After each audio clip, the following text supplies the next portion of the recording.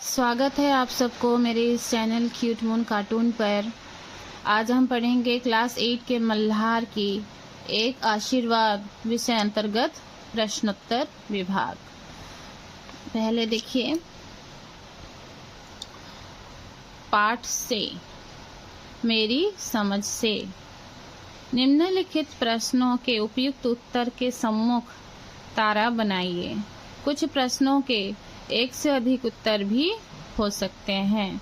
प्रश्न है, कविता में किसे संबोधित किया गया है? ऑप्शन है युवा वर्ग को, नागरिकों को, बच्चों को, श्रमिकों को। देखिए इसका उत्तर।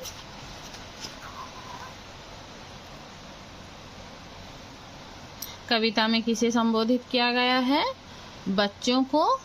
यहाँ पर आप युवा को भी लिख सकते हैं, युवा को। तेरे स्वप्न बड़े हो पंक्ति में स्वप्न से क्या आशय है?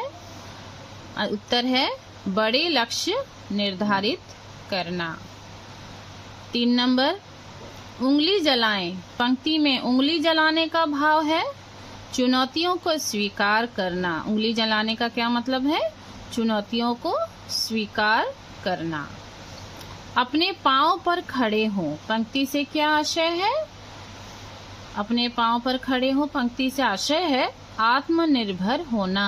क्या होना? आत्मनिर्भर होना। अब अगली प्रश्न की ओर देखते हैं। मिलकर करें मिलान। क्या है इसमें? मिलकर करें मिलान। एक स्तंभ 1 में है और स्तंभ 2 में उसके अर्थ भी हैं। जैसे यहाँ पर सबसे पहले दिया गया है, भावना की गोद से उतरकर जल्द पृथ्वी पर चलना सीखे। इसका अर्थ क्या होगा? भावनाओं में ना बहकर वास्तविकता का सामना करना। हर दिए की रोशनी देखकर ललचाएं। इसका क्या अर्थ है? विविध ज्ञान के प्रति आकृष्ट होना और उसे पाने की ललक होना। चांद तारों सी अप्राप्य सच्चाइयों के लिए रूठना मचलना सीखे। अर्थ है असंभव से लगने वाले लक्ष्यों के लिए हठ और प्रयास करना। हंसे मुस्कुराएं गाएं। सपनों को आनंद और मुस्कुराहटों में बदलें। कठिन परिस्थितियों में भी मनोबल बनाए रखें। अब देखिए पंक्तियों पर चर्चा। इसमें क में है जा तेरे स्वप्न बड़े हो। इस पर चर्चा करने के लिए कहा गया है। ये बहुत अहम प्रश्न भी है। देखिए उत्तर। इस पंक्ति में कवि हर बच्चे या युवा को आशीर्वाद दे रहे हैं कि उसके सपने छोटे ना हो बल्कि बड़े और ऊंचे हो। ऐसे सपने जो उसकी सोच को ऊंचाई दे और जीवन को एक उद्देश्य दे। इसका अर्थ ये भी है कि हमें अपने जीवन में ऊंचे लक्ष्य रखने चाहिए और उन्हें पूरा करने की कोशिश करनी चाहिए। जा तेरे स्वप्न बड़े हो। अब देखिए और क्या है इसके बाद हम देखते हैं। देखिए जल्द पृथ्वी पर चलना सीखे। इसका क्या अर्थ है? इस पंक्ति का अर्थ है कि केवल कल्पनाओं और भावनाओं की दुनिया में ना रहना भावनाओं की दुनिया में रहना पर्याप्त नहीं है। हमें वास्तविक जीवन की जमीन पर आकर चलना यानी जीना सीखना चाहिए। इसका मतलब है हमें जीवन की सच्चाइयों को समझकर मुश्किलों का सामना करना सीखना चाहिए यथा चुनौतियों को स्वीकार करना चाहिए। जल्दी पृथ्वी पर चलना सीखें। ठीक है। देखिए अब ग, चांद तारों से अप्राप्य सच्चाइयों के लिए रूठना मचलना सीखे। इस पंक्ति में कवि ये कहना चाहते हैं कि हमें असंभव से लगने वाले लक्ष्यों के लिए हठ या जिद करनी चाहिए और उसे पूरा करने के लिए प्रयास भी करनी चाहिए। अगर हम कड़ी मेहनत, कोशिश और लगन से आगे बढ़ेंगे, यही संघर्ष हमें जीवन में आगे बढ़ने और सफलता पाने की दिशा में ले जाता है। देखिए कविता का शीर्षक। इस कविता का शीर्षक एक आशीर्वाद है जो कविता में कहीं भी प्रयुक्त नहीं हुआ है।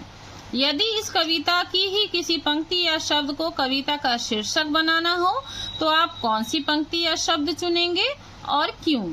एक आशीर्वाद के बदले अगर आप और कुछ देना चाहते हैं तो दीजिए, फिर उसका वजह भी बताइए कि आपने ये शीर्षक क्यों चुना। देखिए, हम जा तेरे स्वप्न बड़े हों पंक्ति को शीर्षक रूप में चुनेंगे क्योंकि यह पंक्ति कविता के मुख्य संदेश को सामने लाती है, जिसमें स्नेह, प्रेरणा और आशीर्वाद तीनों भाव समाहित है। ठीक है, अब देखिए भाषा की बात। भाषा की बात, नीचे दिए गए रिक्त स्थानों में स्वप्न से जुड़े शब्द अपने समूह में चर्चा करके लिखिए। स्वप्न, स्वप्न से जुड़े शब्द क्या क्या हो सकते हैं, अभी सोचिए। देखिए, कल्पना, ख्वाब, आशा, लक्ष्य, प्रेरणा, मेहनत, संघर्ष, लगन, सफलता। ठीक है, ये सारे जो शब्द मैंने लिखे हैं ये स्वप्न से रिलेटेड हैं। ठीक है, अब देखिए यहाँ पर कुछ शब्द दिए हैं और यहाँ पर अन्य शब्द, मतलब पृथ्वी है उसके समानार्थी शब्द कुछ दिए गए हैं और कुछ है जो उसके समानार्थी शब्द नहीं है, एकदम एक अलग शब्द है, आप उसमें घेरा बनाइए। ये हमारा प्रश्न है। देखिए, पृथ्वी, धरा, वसुधा, अवनी, ये उसके तीनों जो हैं उसके पर्यायवाची शब्द हैं।